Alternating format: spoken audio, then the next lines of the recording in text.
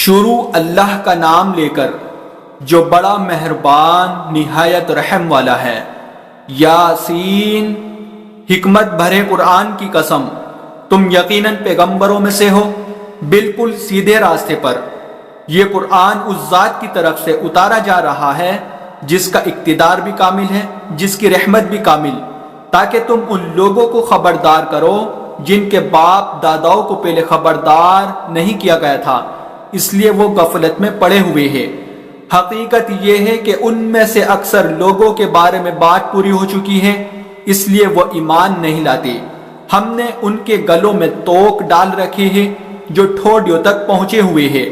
اور اس وجہ سے ان کے سر اوپر کو اٹھیرے گئے ہیں، اور ہم نے ایک آڑ ان کے آگے کھڑی کر دی ہے اور ایک آڑ ان کے پیچھے کھڑی کر دی ہے، اور اس طرح انہیں ہر طرف سے ڈھانک لیا ہے، جس کے نتیجے میں انہیں کچھ سجائے نہیں دیتا۔ اور ان کے لیے دونوں باتیں برابر ہیں، چاہے تم انہیں خبردار کرو یا خبردار نہ کرو، وہ ایمان نہیں لائے گے۔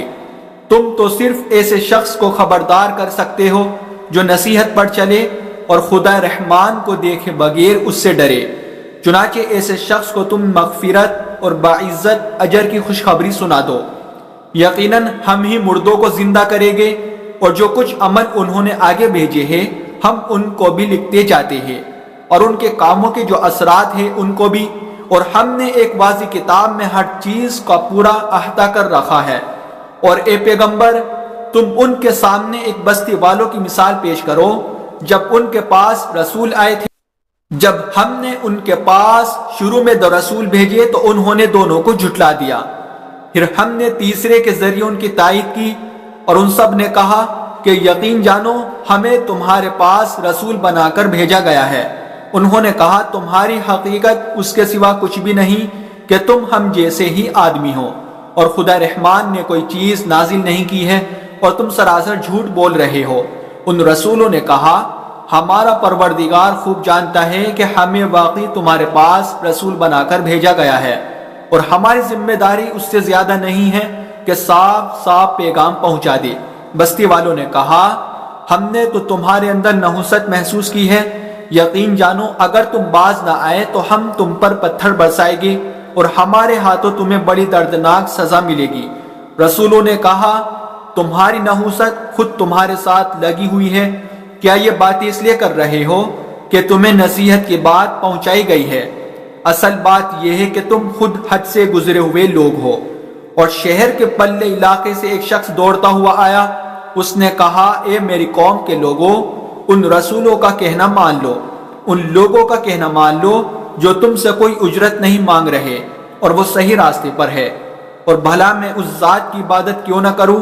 جس نے مجھے پیدا کیا ہے، اور اسی کی طرف تم سب کو واپس بھیجا جائے گا۔ بھلا کیا اسے چھوڑ کر میں ایسوں کو معبود مانوں کہ اگر خدا رحمان مجھے کوئی نقصان پہنچانے کا ارادہ کر لے تو ان کے سفارش میرے کسی کام نہ آئے اور نہ وہ مجھے جھٹلا سکے۔ اگر میں ایسا کروں گا تو یقیناً میں کھلی گمراہی میں مبتلا ہو جاؤں گا۔ میں تو تمہارے پروردگار پر ایمان لا چکا، اب تم بھی میری بات سن لو۔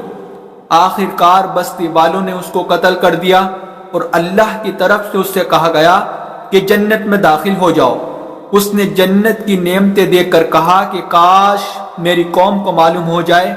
کہ اللہ نے کس طرح میری بخشش کی ہے اور مجھے باعزت لوگوں میں شامل کیا ہے۔ اور اس شخص کے بعد ہم نے اس کی قوم پر آسمان سے کوئی لشکر نہیں اتارا، اور نہ ہمیں اتارنے کی ضرورت تھی، وہ تو بس ایک ہی چنگھاڑ تھی جس سے وہ ایک دم بجھ کر رہ گئے۔ افسوس ہے ایسے بندوں کے حال پر، ان کے پاس کوئی رسول ایسا نہیں آیا جس کا وہ مذاق نہ اڑاتے رہے ہو۔ کیا انہوں نے نہیں دیکھا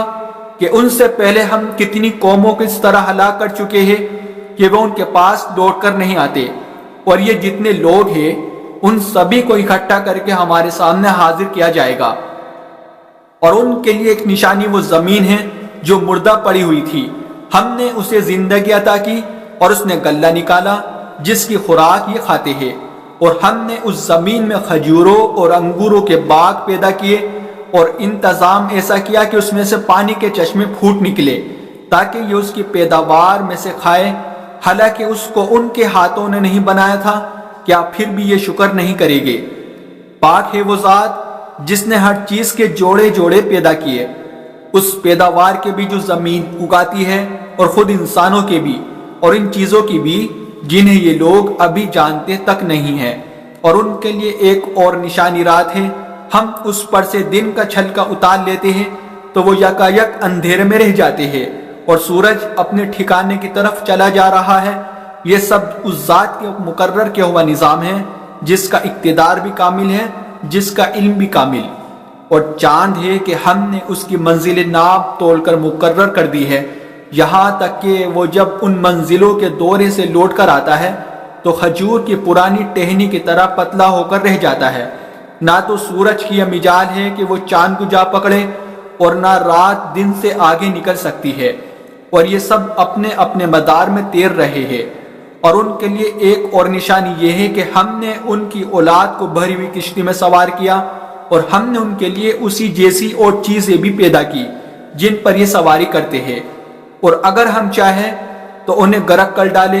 جس کے بعد نہ تو کوئی ان کی فریاد کو پہنچے اور نہ ان کی جان بچائی جا سکے۔ لیکن یہ سب ہماری طرف سے ایک رحمت ہے اور ایک معین وقت تک زندگی کا مزہ اٹھانے کا موقع ہے جو انہیں دیا جا رہا ہے۔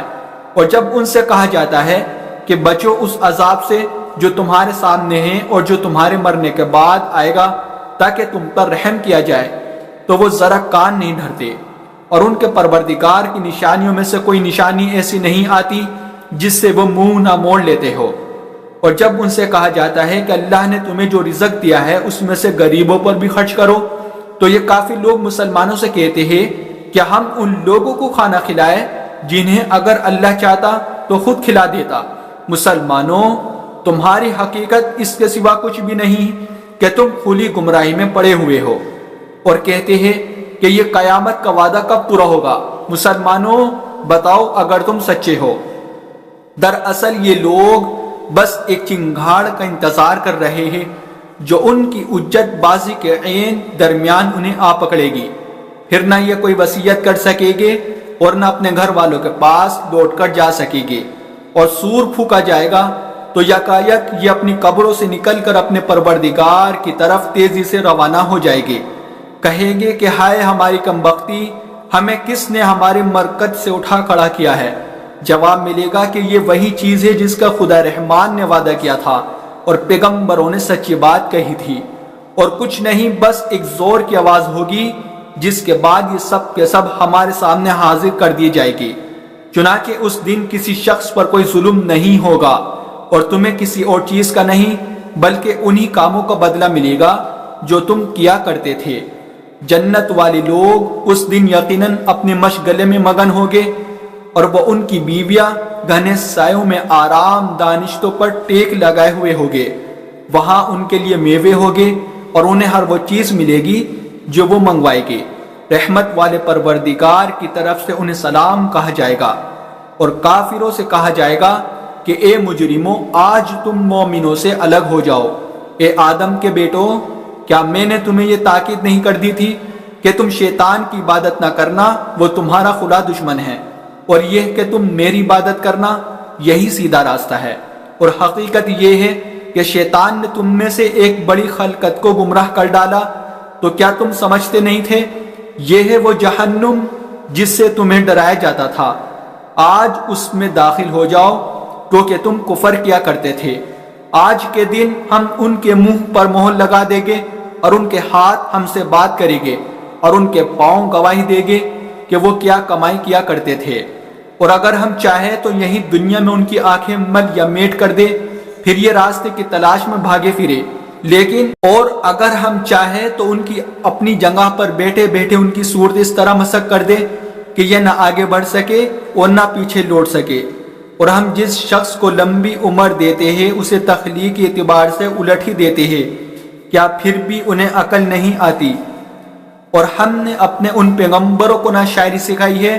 اور نہ وہ ان کی شایان شان ہیں، یہ تو بس ایک نصیحت کی بات ہے، اور ایسا قرآن جو حقیقت کو کھول کھول کر بیان کرتا ہے تاکہ ہر اس شخص کو خبردار کرے جو زندہ ہو، اور تاکہ کفر کرنے والوں پر حجت پوری ہو جائے۔ اور کیا انہوں نے یہ نہیں دیکھا کہ ہم نے اپنے ہاتھوں کی بنائی ہوئی چیزوں میں سے ان کے لیے موشے پیدا کیے اور یہ ان کے مالک بنے ہوئے ہیں، اور ہم نے ان مویشیوں کو ان کے قابو میں دے دیا ہے، چنانچہ ان میں سے کچھ وہ ہے جو ان کی سواری بنے ہوئے ہیں اور کچھ وہ ہے جنہیں یہ کھاتے ہیں، نیز ان کو ان مویشیوں سے اور بھی فائدہ حاصل ہوتے ہیں اور پینے کی چیزیں ملتی ہیں، کیا پھر بھی یہ شکر نہیں بجا لائیں گے؟ اور انہوں نے اللہ کو چھوڑ کر اس امید پر دوسرے خدا بنا رکھے ہیں کہ انہیں ان سے مدد ملے، حالانکہ ان میں یہ طاقت ہی نہیں ہے کہ ان کی مدد کر سکے، بلکہ وہ ان کے لیے ایک ایسا مخالف لشکر بنے گے جسے قیامت میں ان کے سامنے حاضر کر لیا جائے گا۔ غرض اے پیغمبر، ان کی باتیں تمہیں رنجیدہ نہ کریں، یقین جانو ہمیں سب معلوم ہے کہ یہ کیا کچھ چھپاتے اور کیا کچھ ظاہر کرتے ہیں۔ اور کیا انسان نے یہ نہیں دیکھا کہ ہم نے اسے نطفے سے پیدا کیا تھا، پھر اچانک وہ خلم کھلا جھگڑا کرنے والا بن گیا؟ ہمارے بارے میں تو باتیں بناتا ہے، خود اپنی پیدائش کو بھلا بیٹا ہے، کہتا ہے کہ ان ہڈیوں کو کون زندگی دے گا جبکہ وہ گل چکی ہوگی؟ کہہ دو کہ ان کو وہی زندگی دے گا جس نے انہیں پہلی بار پیدا کیا تھا، اور وہ پیدا کرنے کا ہر کام جانتا ہے۔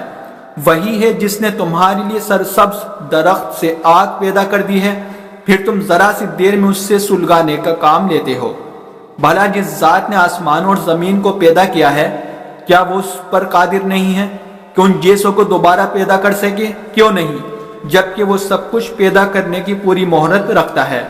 اس کا معاملہ تو یہ ہے کہ جب وہ کسی چیز کا ارادہ کر لے تو صرف اتنا کہتا ہے کہ ہو جا،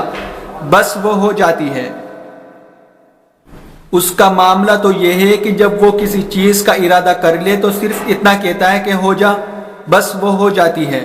غرض پاک ہے وہ ذات جس کے ہاتھ میں ہر چیز کی حکومت ہے، اور اسی کی طرف تم سب کو آخر کار لے جایا جائے گا۔